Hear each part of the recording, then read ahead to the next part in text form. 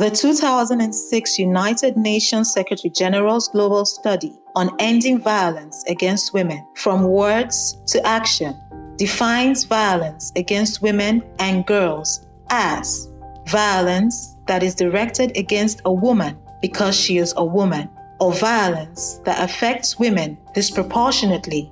It includes acts that inflict physical, mental, or sexual harm or suffering, threats of such acts, coercion, and other deprivations of liberty.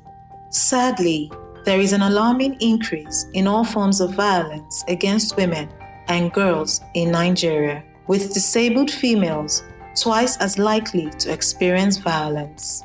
I was sexually harassed by my dad at the age of 7. So I told my mom about it, but she was confused, so she has to ask my dad. So my dad denied it. My mom found out about it and she was shouting, my village people has killed me. So my dad was not like begging her that it won't repeat itself again. And my mom forgave him. So the acts continued. So I could not have the boldness to tell my mom again.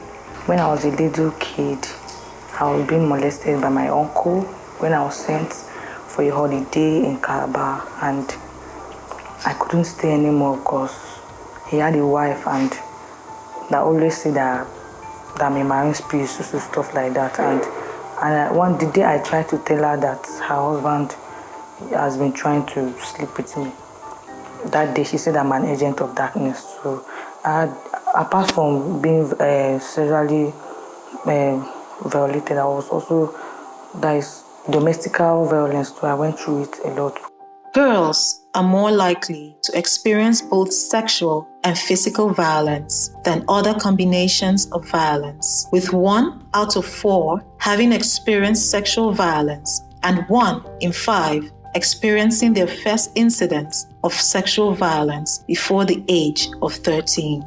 So as I was preparing for church, and I hear knock on our door, and I answer yes. So, Imana, Papa Robona says the one. So he now told me that I should help him to buy juice.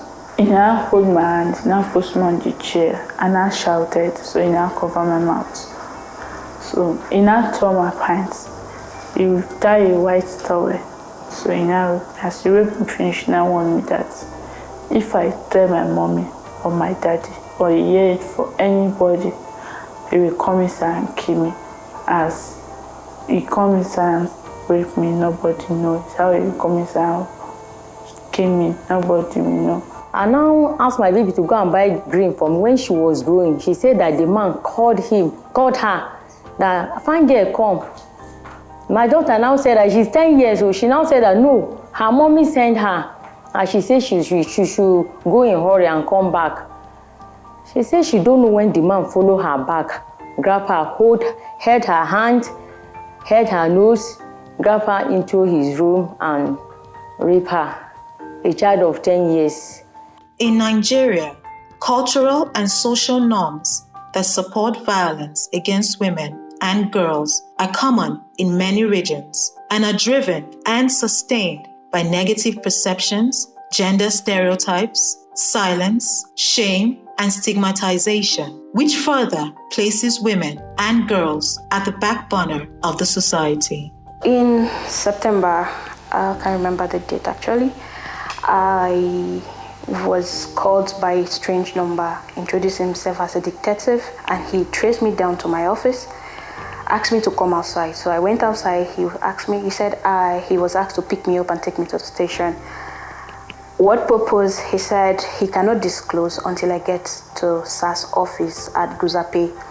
I was worried for myself too, because that's the first time in my entire life I actually found myself in a police station and being asked to sleep in a cell for something I couldn't even put my head on, like what is my offense, which I wasn't told anything. I was treated like a common criminal. I was just a single mother who, out of a broken home, decided to move out of the environment for 1, for my sanity, 2, to try to make a living for myself, which the man involved in question was not happy about. because to him, I would have been more of a puppet, still begging around. Breaking the silence on the issue of violence against women and girls, including rape and sexual exploitation, has encouraged more families to come forward and report cases of rape and other forms of violence.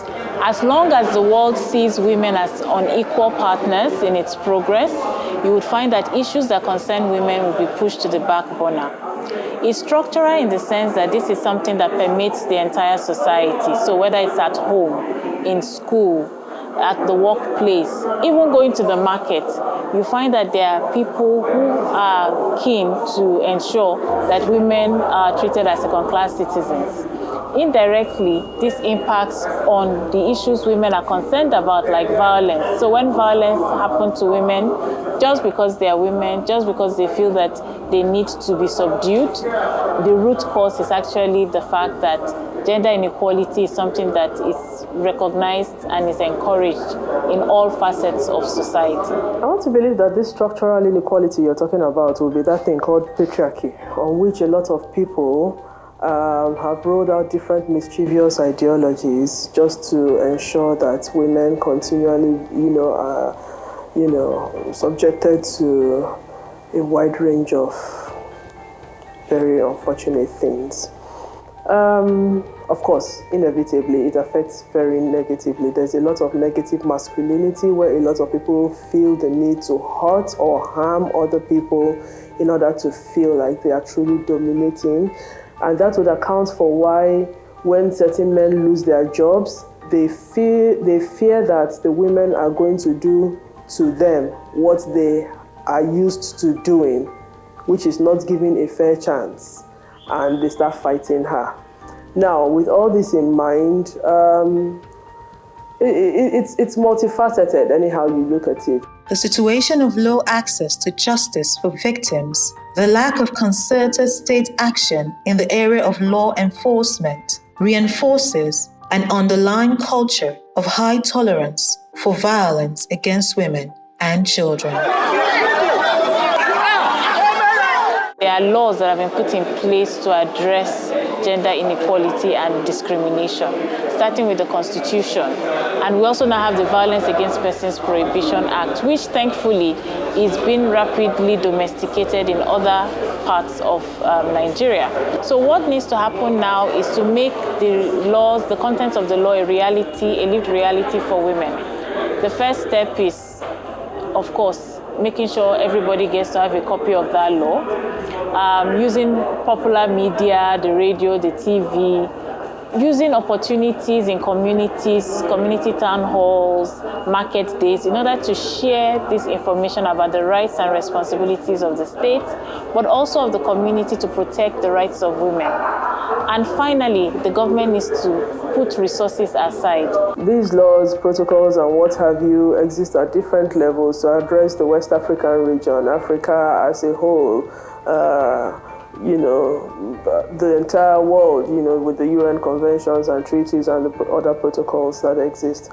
However, relative to Nigeria is signatory to a lot of them, and Nigeria usually is signatory to these things and ratifies without reservations. But in implementation, that's where the problems come, right?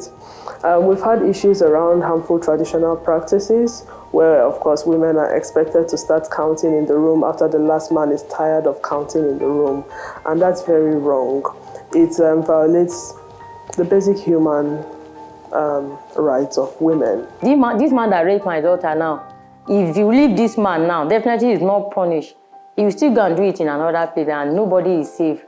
Government should just do something so that all those rapists should be punished. Giving strict punishment to those who are sexually molesting young girls out there or little children, severe punishment should be carried, the justice should be done towards that. And I think government should also put more effort in ensuring that our young girls are safe. So I think the government should put down a writ that this evil act should stop.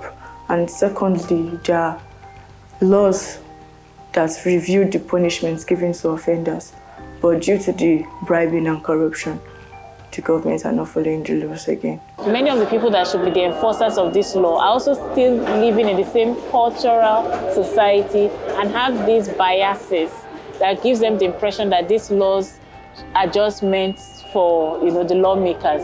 And so we need to push, that's the bias that we need to break. It is important to note that everyone in society has an important role to play in ending violence against women and girls. We all must work together across sectors to address the various aspects of violence. Governments and CSOs likewise must do more to ensure that the barriers to access justice for victims of gender-based violence are removed. I don't have any other place to go to. I don't have where to sleep. So I had to stay and was being everything each night. He tries to touch me. So there was a certain night that he said that this night, if I don't have sex with him, that I will leave his house. So I was dragging with him when he now hit me and I fell and I ran out of the house. The whole experience made me traumatized. I actually fell into depression. I hated myself. I hated everything. I lost my job because I couldn't concentrate. I was at work, but I keep remembering the rats that were eating my legs that night. Like, I was traumatized academically. I was going down. And it was like a wound inside my heart that could not be healed. Like, I looked down on myself. I cannot talk again. Like I was just dumb. And now I felt bad. I should say, look at me at the age of 12, carrying baby everywhere. The UN Women theme for this year is Unite. The major agenda is to facilitate 16 days of activism against gender-based violence. So the 25th of November kickstarts the 16 days of activism, and it's a very notable date because that's also the date where we recognize the day set aside to eliminate gender-based violence. It's interesting that the theme for this year is looking at structural inequalities, because that is the foundation of the gender-based violence that exists in our world today. As we commence the 16 days of activism for the elimination of violence against women and girls, I think it is important for all stakeholders, and particularly activists, to come together and plan laser-focused actions that will achieve the results that we desire. And in this regard, we're talking about specific case litigations or public interest litigations, legislative advocacies that would see to a harmonization of the laws that will help achieve the result that we desire. At Sterling Law Center, for instance, we have in the past instituted public interest litigations, led legal teams that eventually got judgments in key decisions that eventually have influenced the way women and girls are treated. I want to speak particularly about the recent decision of the Federal High Court in the cases that are now popularly referred to as Abuja raid cases, which involved the hounding and arrest of women by the Abuja Environmental Protection Board and other law enforcement agencies within the FCT in Nigeria. The landmark cases eventually conclusively decided that it was not within the purview of the Abuja Environmental Protection Board to, in a discriminatory fashion, arrest and abuse women. And this has led to a drastic reduction in those kind of rates that we used to experience before. In our private and public spaces, let us all unite to fight against all forms of gender-based violence.